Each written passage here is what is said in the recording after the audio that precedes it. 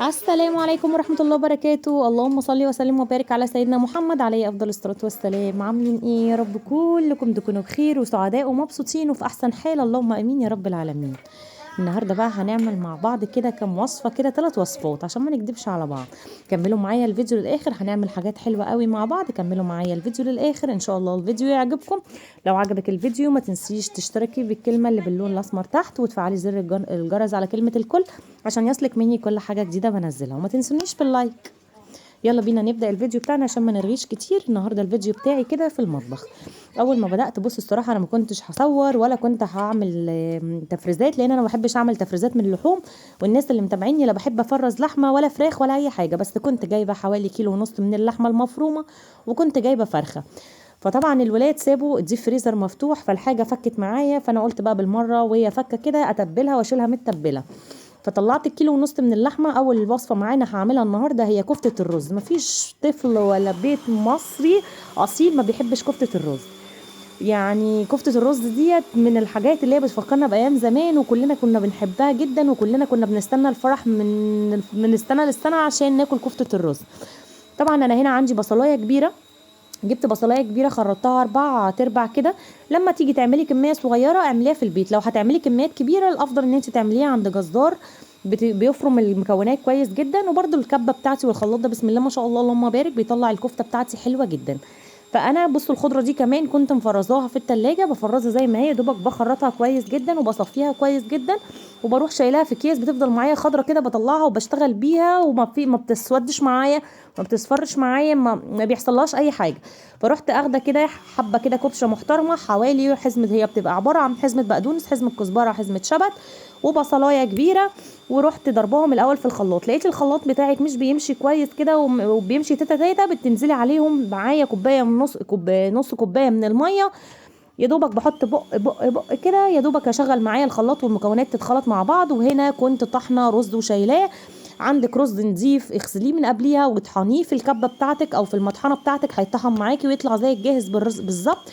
ما عندكيش بيتباع الرز المطحون ده عند اي عطار، اللي هو رز الضحى. الرز المطحون ده بيتباع عند اي عطار، ممكن تشتريه من عند العطار، من كارفور، من فتح الله، تشتريه من اي مكان. ما عندكيش الرز اللي هو الساعه والضحى دوت، انا مش بغسله ولا بنقيه، انا بحطه كده زي ما هو ما بغسلهوش. لو انت عندك الرز الفلاحي اللي هو البلدي بتاعنا العادي ده، بتغسليه ليله كامله وتسيبيه لحد ما ينشف كده، وبعدين بتطحنيه بيطلع معايا زي ما انتم شايفين. فانا كان معايا 3 كوبايات من الدقيق الرز دوت، نزلت عليهم بالمكونات. اصبح هنا في الكبه بتاعتي بصوا اللحمه كمان بوريها لكم. اللحمه انا كنت جايباها عشان اعمل بيها حواوشي، فاللحمه لازم بتاعه الكفته، اي كفته لازم يبقى فيها دهن كده عشان تدي الريحه حلوه.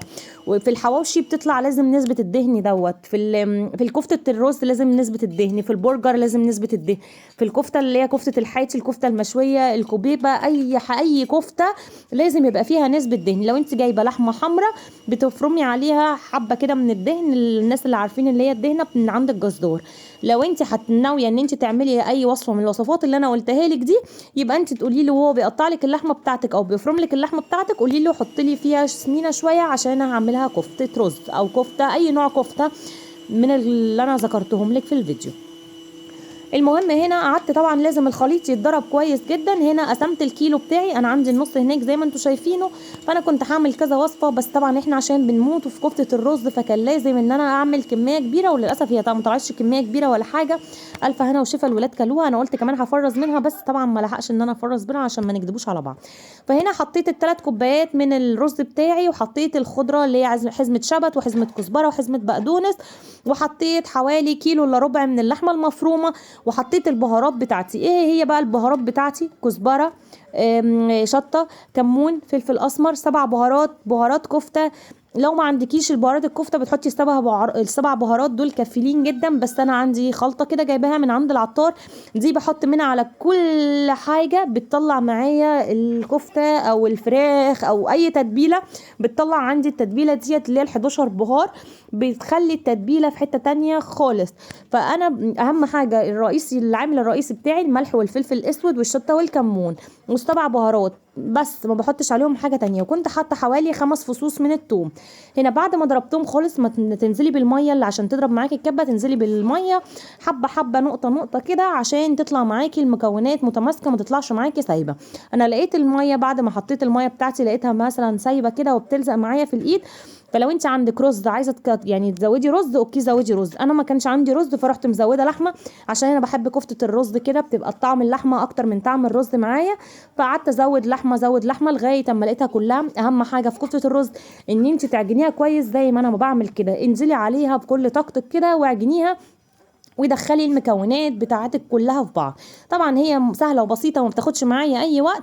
انا يا دوبك جبت بصلايه، 5 فصوص من الثوم، حزمه كزبره، حزمه شبت، حزمه بقدونس، ال7 بهارات، ملحك وفلفل اسمر، واضرب اضرب اضرب اضرب، اعجن اعجن اعجن اعجن. هتطلع معاكي زي الفل وريحتها بسم الله ما شاء الله. اهم حاجه نسبه الدهن زي ما قلت لك تبقى في اي كفته انت بتعمليها، وهتطلع معاكي 100 فل و14. هنا خلصت كفته الرز، هسيبها اي كفته بنعملوها بسيبها ان هي تريح شويه في التلاجة على بال ما الكفته بتاعتي تريح شويه من التلاجة، من نص ساعه لساعه.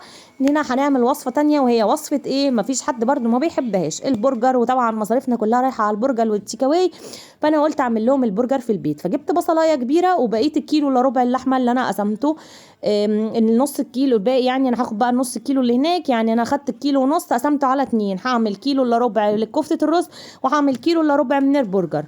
فهنا جبت بصلايه كبيره، وجبت اللحمه المفرومه بتاعتي، هلاقيها مش شغاله في الكبه. طب وعلى ايه ايدينا راحت فين؟ هنا جايبه البهارات اللي انا بقولك عليها دي، كان عباره عن مرقه دجاج و7 بهارات وكفته البرجر. انت بتجيبي كفته البرجر، عايزه تجيبي الكياس اللي هي بتتباع السايبه اللي هي الكياس العاديه اللي احنا نعرفوها، اوكي مفيش مشكله.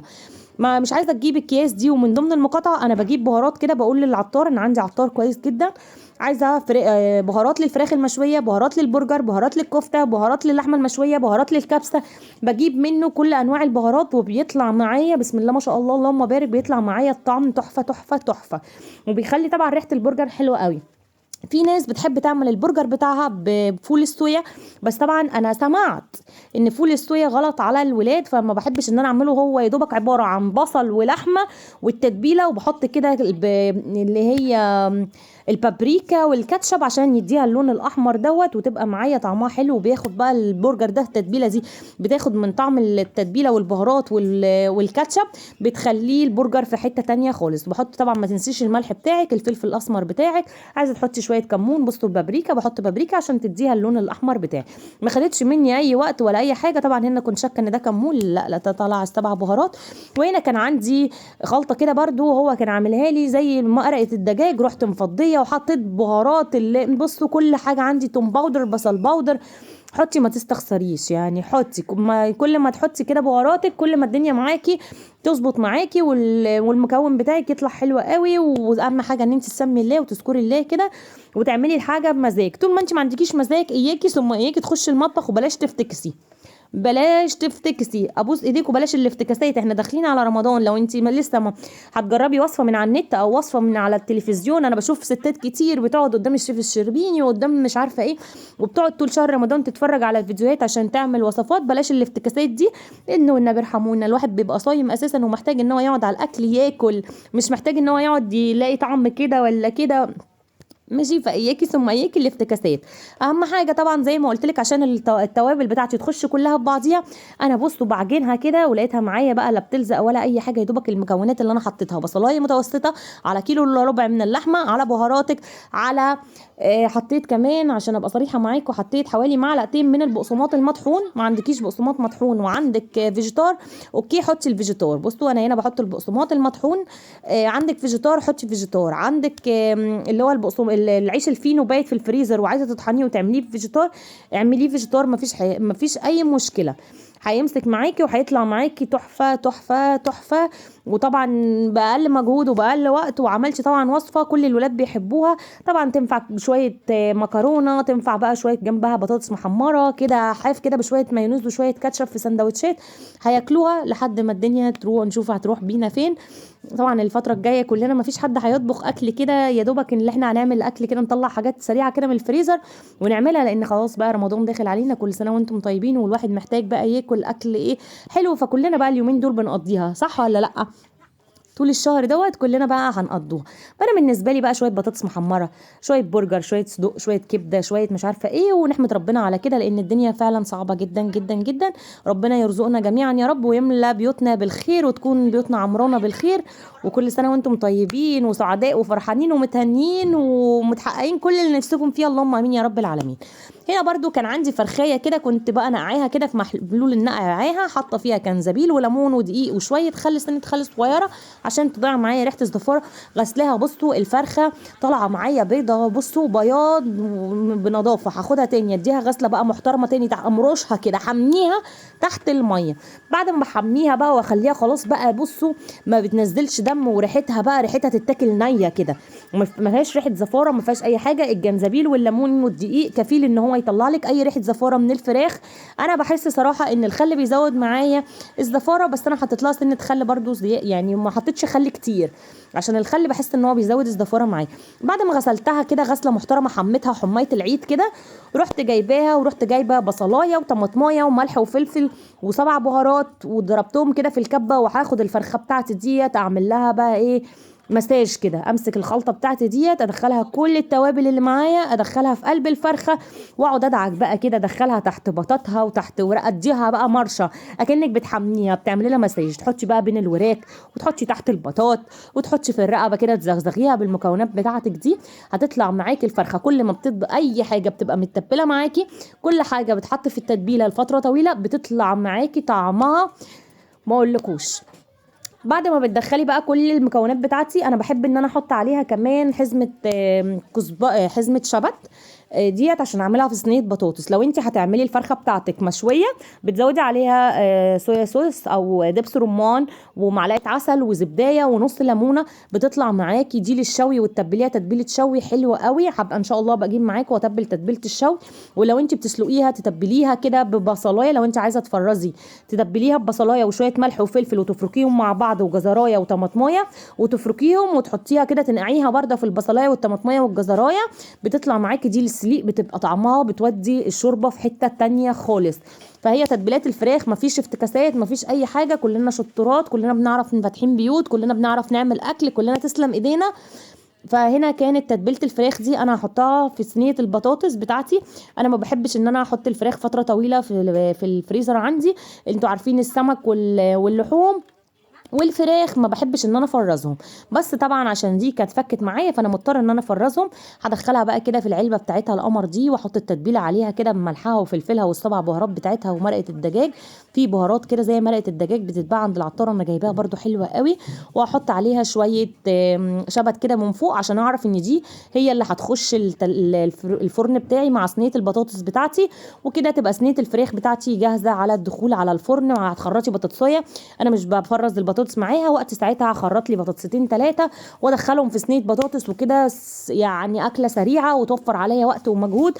عايزه تفرزي رمضان ممكن تفرزي بالطريقه دي. لو انت عايزه تعمليها شوي، هتحطي دبس رمان، صويا صوص، ليمونه، زبدايه على التتبيله بتاعتي مع بصلك وطماطمك وملحك وفلفل وسبع بهارات، بيطلع حلو قوي. هنا بعد ما الكفته بتاعتي ارتاح، بعد ما البرجر بتاعي ارتاح، قعد فتره طويله. هنا بقى حطيته في التلاجة ورحنا اتغدينا، وبعد ما قعدنا شويه رحت قايمه بقى ايه قلت اقرصه. عندك مكبس للبرجر اوكي مفيش مشكله، ما عندكيش ما تيأسيش يا ست الكل. هتجيبي غطا البرطمان بتاعك، اي غطا برطمان بتاعك، وتجيبي الكياس دي بتاعه التفريز. انا كنت مقطعاها قصقصتها كده 4/4 ورحت جايباها وحطاها في غطا البرجر. بصي وهتعملي كده تقرصيها. عايزه تطلعيها الشكل، لو انت ما عندكيش الجريل اللي بيطلع الشكل بتاعها اللي هي مطوله كده ويدي مديها شكل زي اللي احنا بنشتريه من بره، بتجيبي اي شوكه وتعملي الشكل بتاعك ده. بس انا عشان عندي الجريل، مجرد ما هتكبسي عليها كده بالجريل هتطلع معاكي الشكل وهتبقى 100 فل و14. طبعا انا هنا هقرص كل الكميه وهجرب معاكم وصفه البرجر. بس اللي وصل معايا لحد هنا وما حطش اللايك يا جماعه، والله العظيم انا ما بطلبش منكم حاجه مستحيله، بقول لكم هو اللايك هو اللي بيرفع الفيديو. انتم مقصرين معايا في اللايكات مع اني مش عارفه في ايه. يعني هي لو الفيديوهات ما بتعجبكوش فقولوا لي ان الفيديوهات ما بتعجبكوش، بس انا بحاول برضه، انا على قلبكم كده كده، انا على قلبكم. فمش طالبه منكم، لان فعلا والله العظيم الناس هي اللي فاتحه قنوات هي اللي هتحس بيا. الناس اللي عندها قنوات وبتعمل فيديوهات هي اللي هتحس بيا، لان كل حاجه احنا بنعملها صعبه. اذا كان قناه بتعمل روتينات، اذا كان قناه بتعمل مطبخ، اذا كان قناه بتعمل تحديات، كل الفيديوهات دي صعبه. فاحنا مستنيين تقديركم بس هو اللايك، لكن ما فيش حد هيجي يقبضنا، ما فيش حد هيجي يدينا حاجه. فانت حطي لي اللايك عشان هو دي مساعدتك ليا، وهو ده جبر الخواطر اللي احنا بنقول عليه. فاجبروا بخاطري وحطوا لي اللايك عشان محتواي يكبر واوصل لاعلى ناس، والمحتوى يكبر لناس تانية، وكلنا نستفاد. وكلنا ما كناش بنعرف نعمل حاجه، واحده واحده كلنا بقينا ستات شطورات. فعايزاكم تشجعوني كده وتدعموني وتقفوا جنبي وتحطوا لي اللايك. المهم هنا زي ما انتم شفتوا كده، بعد ما خلصت بصوا بسم الله ما شاء الله اللهم بارك، عمل كميه محترمه من البرجر معايا.